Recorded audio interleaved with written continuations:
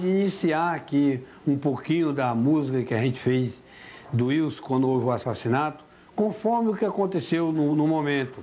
A dificuldade que a gente encontrou naquele tempo era a ditadura, então o trabalhador rural tinha muito pouco apoio diante da justiça, era bem diferente de hoje.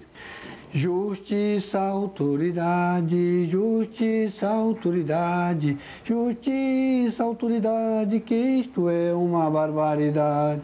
Quero pedir às autoridades, em nome de todos os trabalhadores, que tome séria providência, porque só se vê o clamor. No tempo da minha infância, a gente vivia tranquilizado, agora com tanto dos fazendeiros, filhos da terra estão sendo matados.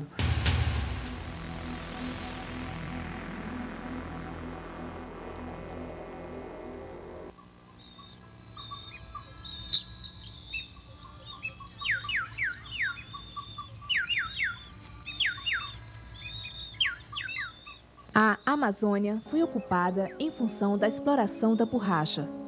Por volta de 1880, quando o Brasil ainda era império, sertanistas penetraram a região em busca das chamadas drogas do sertão. O extrativismo tradicional foi por muito tempo a mola propulsora da economia criana. A seca no Nordeste e a extração do látex na Amazônia foram responsáveis pela vinda dos nordestinos. Os chamados arigós saíram do Nordeste brasileiro para servir de mão de obra na extração do látex. A ilusão de enriquecimento fácil povoou o imaginário dos retirantes. A borracha possibilitou o desenvolvimento da região durante décadas. Foi no final da década de 60, quando o Brasil vivia sob o forte impacto da ditadura militar, que a Amazônia, sobretudo o estado do Acre, passou a sentir os reflexos da política de reocupação desenvolvida pelos militares.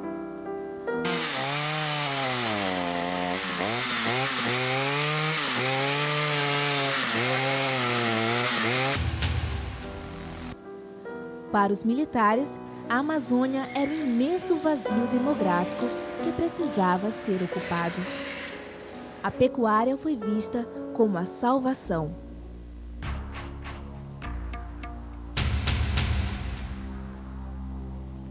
A falência dos seringais e a transição para a pecuária foram dois processos violentos. Em março de 76 foi onde houve o primeiro conflito no Seringal Carme. Começou com 16 famílias, aí terminou com um número muito grande de adesão. Naquela época os fazendeiros derrubavam a casa dos seringueiros, né? Chegava e tinha um motosserra e saiu e tocava fogo nas casas para poder sair, né? Porque o conflito existia, era claro e evidente. A correlação de força, a luta de classe aqui era bem escancarada. A gente devia queimar barraco de seringueiro por aí, casas, expulsões naquelas colocações, né? Estavam chegando proprietários do sul e foram comprando terras e, como se sabe, isso representava, pelo conceito de propriedade que tinha os empresários e pequenos e médios proprietários do sul, quem compra a terra quer a terra limpa, né? E limpa no sentido que eles percebiam era livre de poceiros. Poceiro, na verdade, aqui eram os seringueiros. E isso resultou num conflito muito grande, como todo mundo sabe, e isso decorreu durante toda a década de 70. A tensão nos seringais levou a conflitos e impôs aos seringueiros formas de resistência. Empate, porque no esporte quer dizer 1-1, 2-2, nenhum ganha, nenhum perde. Só que pra gente aqui o empate tem um sentido. O empate tem o sentido de vitória. Porque no dia que o Wilson disse assim, né, com alguns companheiros, Chico Mendes, Elias Roseno, outros companheiros disseram, olha pessoal, nós não precisamos acabar a mata para sobreviver. Se a mata se acabar, vai acabar nossa castanha, nossa seringa. Então nós temos que empatar, não deixar os grileiros destruir a nossa floresta, porque não ficar sem nossas colocações. Então o fato da gente empatar, proibir, né, era uma vitória, porque a mata ficando em pé, nós se sentia Com vitória, porque a gente permanecia nas nossas colocações de seringa. O movimento do empate que virou foi espalhando que nem queroseno. Começou em Brasileia, depois foi para Boca do Acre, volta para Chapuri, Cis Brasil, Tarauacá. No final da década de 70, os seringueiros do estado do Acre começaram a se organizar. Aos 21 dias do mês de dezembro do ano de 1975, às 9 horas, no Salão Paroquial de Brasileia, cito a rua Geni Assis, sem número, nesta cidade, estado do Acre, reuniram-se de livre vontade com o fito de fundar o Sindicato dos Trabalhadores Rurais de Brasileia, nas formas da legislação em vigor, as pessoas físicas, em número de 890, todas residentes nesse município. Foi aclamado como diretor dos trabalhos e presidente de honra o senhor doutor José Fernandes do Rego, secretário do Fomento Econômico e representante do excelentíssimo governador do estado, o senhor Geraldo Gurgel de Mesquita. Foi um dia histórico, onde tinha uma multidão lá naquela casa paroquial, ao lado da igreja, né? Foi uma coisa muito bonita, era uma multidão de trabalhadores. O Sindicato de Brasileia era o sindicato maior, né?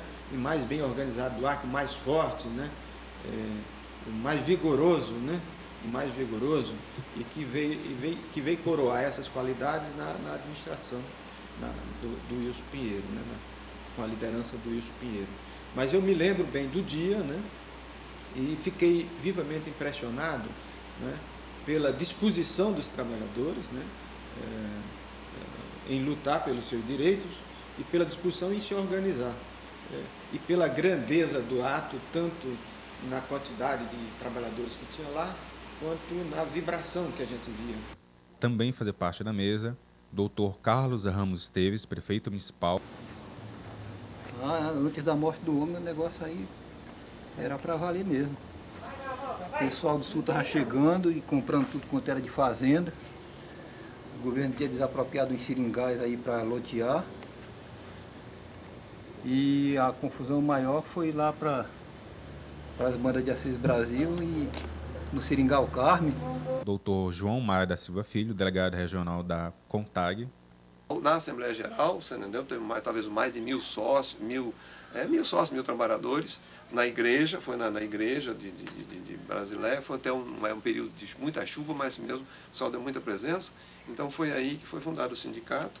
E o nosso trabalho maior foi exatamente com o pessoal, digamos assim, que moravam na terra, que era o seringueiro, que era o poceiro, e que estavam sendo retirados, expulsos da terra através de desmatamentos, entendeu? Através de outras formas, digamos assim, violentas, onde o trabalhador era expulso da terra e vinha inchar a cidade. Nessa mesma reunião, foi eleita a diretoria provisória do sindicato. A diretoria ficou assim constituída. Presidente Elias Rosendo de Oliveira.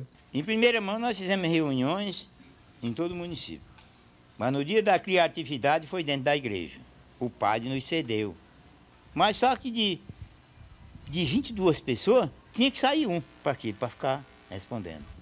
Na hora H, doutor Pedro Marques, que era um advogado da classe, João Maia era o delegado regional pela CONTAG e outras pessoas mais. O governador daqui foi, estava o juiz de direito, e estava o delegado, promotor e tudo. Mas, Elias, você é quem vai responder pela classe dos trabalhadores rurais de Brasileia. Aí botaram na cadeirinha, subi lá e coisa para... Senhores e senhoras, eu fui dar um discurso, coisa que eu nunca tinha feito.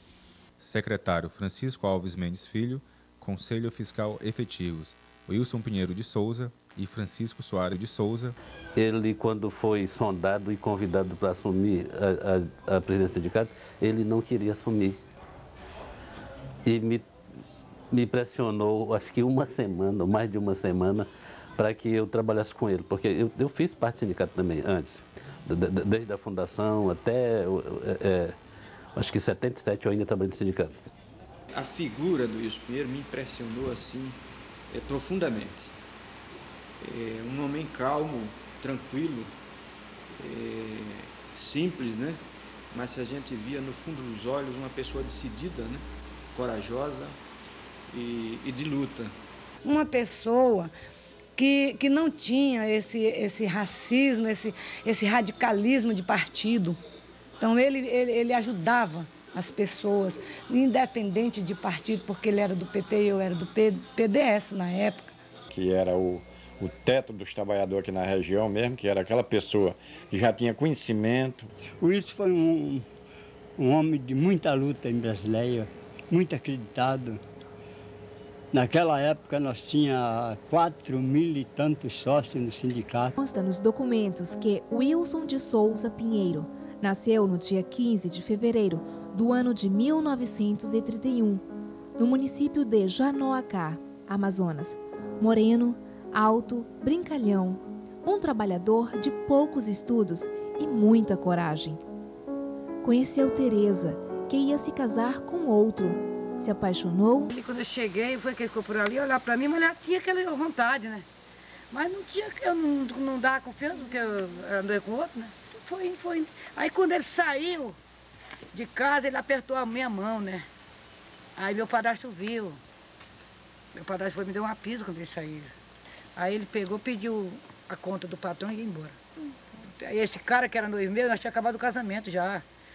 Aí ele pegou e quis brigar com ele. Ele chegou lá insultando, que disse que eu não tinha deixado o casamento com ele por causa dele. Mas não é, porque ele bebia e tinha um ciúme doente. Aí ele foi, pediu a conta e ia embora. Aí passou lá em casa, ele falou pra mim, Terezinha, eu vou me embora. Se você quiser, a última oportunidade é essa. Se você quiser ir embora mais eu, se topar, eu te levo. Eu digo, vou. Então, amanhã eu passo aqui, pra te levar. Aí foi acertar com meu padrasto. Meu padrasto foi, disse que não dava, fui em cima, foi embaixo e perguntou pra mim, você quer casar com ele? Eu digo, quero. É do jeito que ele quiser, eu faço o que ele quiser. Uma das coisas que me recorda muito ele é quando ele foi o primeiro conselho fiscal do sindicato, é que ele fez questão de chegar e passar para os filhos, assim, como se aquilo fosse o maior prêmio da vida dele. Wilson também teve outro amor com quem decidiu viver. Sempre eu achava que ele tinha assim, um jeitinho de me querer, né? Daí, passado 8 anos, essa base, aí ele separou da mulher dele, né? Da Teresa. Aí me convidou para ir trabalhar na pensão do sindicato, como gerente, né? Eu fui, aceitei o convite e fui. Aí logo eu me juntei com ele. Além da luta, Wilson tinha outras paixões. Gostava de novela, A Água Viva. Jogava futebol e era fã de Nelson Gonçalves.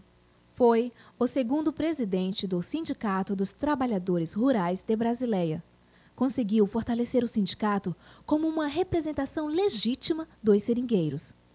Quando formaram o sindicato, que eles tinham a carteira dele, aquilo era muito orgulho, todo mundo tinha aquela sua carteirazinha no bolso e eles faziam questão de mostrar aquela carteira para dizer que eles eram sindicalizados. Se alguém ofendia ele na rua, ou se a polícia às vezes queria prender, porque ele estava bêbado, ele dizia assim, não, você não pode me prender que eu sou filiado ao sindicato.